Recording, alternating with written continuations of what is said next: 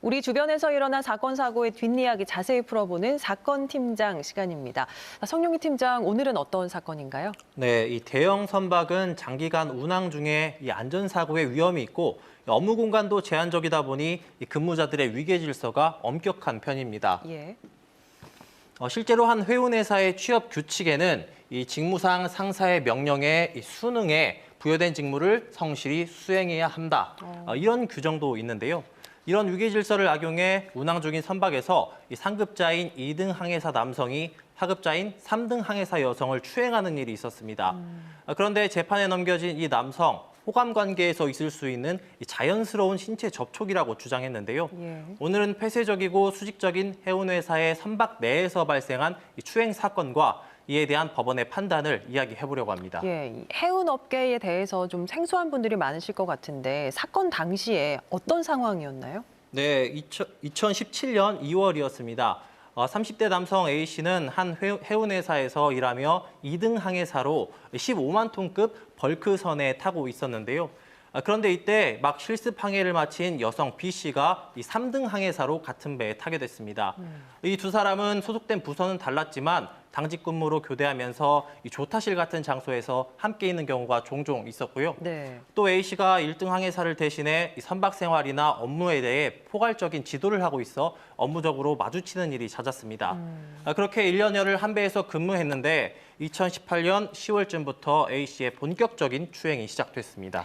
이 대형 선박이면 그만큼 근무하는 선원들도 많았을 거고 또 곳곳에 CCTV도 설치가 돼 있었을 텐데 어떻게 범행이 가능했던 겁니까? 네, 이 범행은 주로 이 단둘이 있던 공간이나 이 CCTV 사각지대에서 벌어졌습니다. 조타실에서 당직 근무를 교대할 때 신체 접촉이 있었는데 조타실은 CCTV 사각지대였고 단 두 사람만 있어서 주위에 도움을 요청할 수도 없는 상태였습니다. 네. 또 A씨는 B씨가 소파에 혼자 앉아 있을 때 이 무릎을 베고 누운 뒤에 B씨가 피하려고 하자 강제로 볼에 입맞춤을 하기도 했습니다. 개인 공간인 A씨와 B씨의 방에서도 이런 추행이 있었는데요. A씨의 범행은 이 2달여 동안 5차례나 이어졌습니다. 예, 이렇게 범행이 계속된 건 앞서 말씀하신 선박 조직의 엄격한 위계 질서 때문으로 볼 수 있을까요? 네, 그렇습니다. B씨가 피해를 당할 때마다 왜 이러십니까? 라고 말하거나 자리를 박차고 일어나는 등 거부 의사를 밝혔는데도 범행이 이어졌습니다. 네. 그럼에도 B씨는 근무를 계속할 수밖에 없었는데요. 선박 조직 특성상 이 상급자에게 상당한 권위가 부여돼 있고 강하게 문제를 제기할 경우에 직속 상급자인 A씨로부터 업무상 불이익을 받을 것이 우려됐기 때문입니다. B씨는 이후 법정에서 자신이 신체 접촉을 거부하는 내색을 보였을 때 실제로 업무상 불이익 조치가 이어졌다고 진술하기도 했습니다. 또 A씨가 선장과 친분 관계를 유지하며 상당히 두터운 신뢰 관계를 쌓고 있었는데 A씨의 평가나 의견이 업무 수행에 큰 영향을 미칠 수 있었던 점, 그리고 추행 이후에도 다음 날 또다시 함께 업무를 할 수밖에 없었던 점도 문제였습니다. 예, 여러 상황상 피해 여성이 용기를 내기가 쉽지 않았을 텐데 이 남성이 어떻게 법정에 서게 됐습니까? 네, 이 B씨는 이 범행 6개월이 지난 뒤 A씨와 또다시 같은 배에 타게 될 상황에 놓이자 용기를 냈습니다. 회사 인사팀에 정식으로 문제를 제기한 건데요.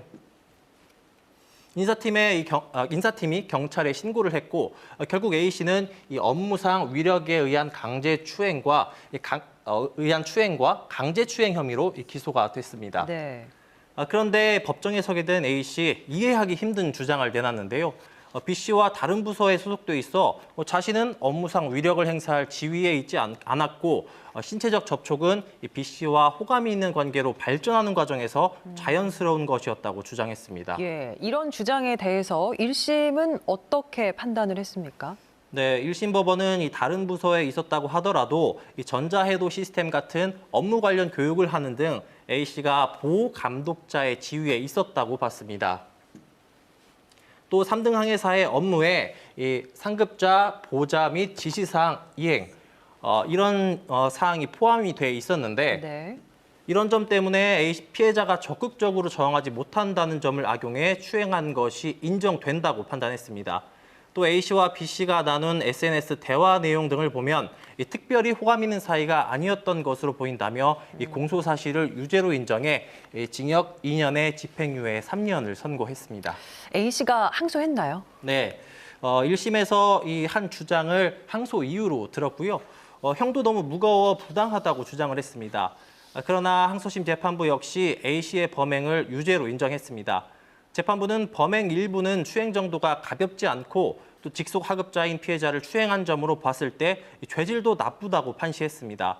또 피해자가 이 범행으로 인한 정신적 충격으로 회사를 그만두게 됐고 A씨가 여전히 이 사건을 애정 문제로 치부하며 범행을 부인하고 있다며 유죄로 인정하고 항소를 기각했습니다.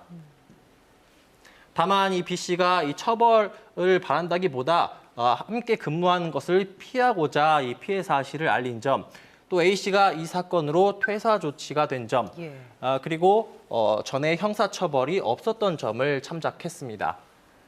A씨가 상고하지 않아 징역 2년에 집행유예 3년의 형이 확정이 됐는데요.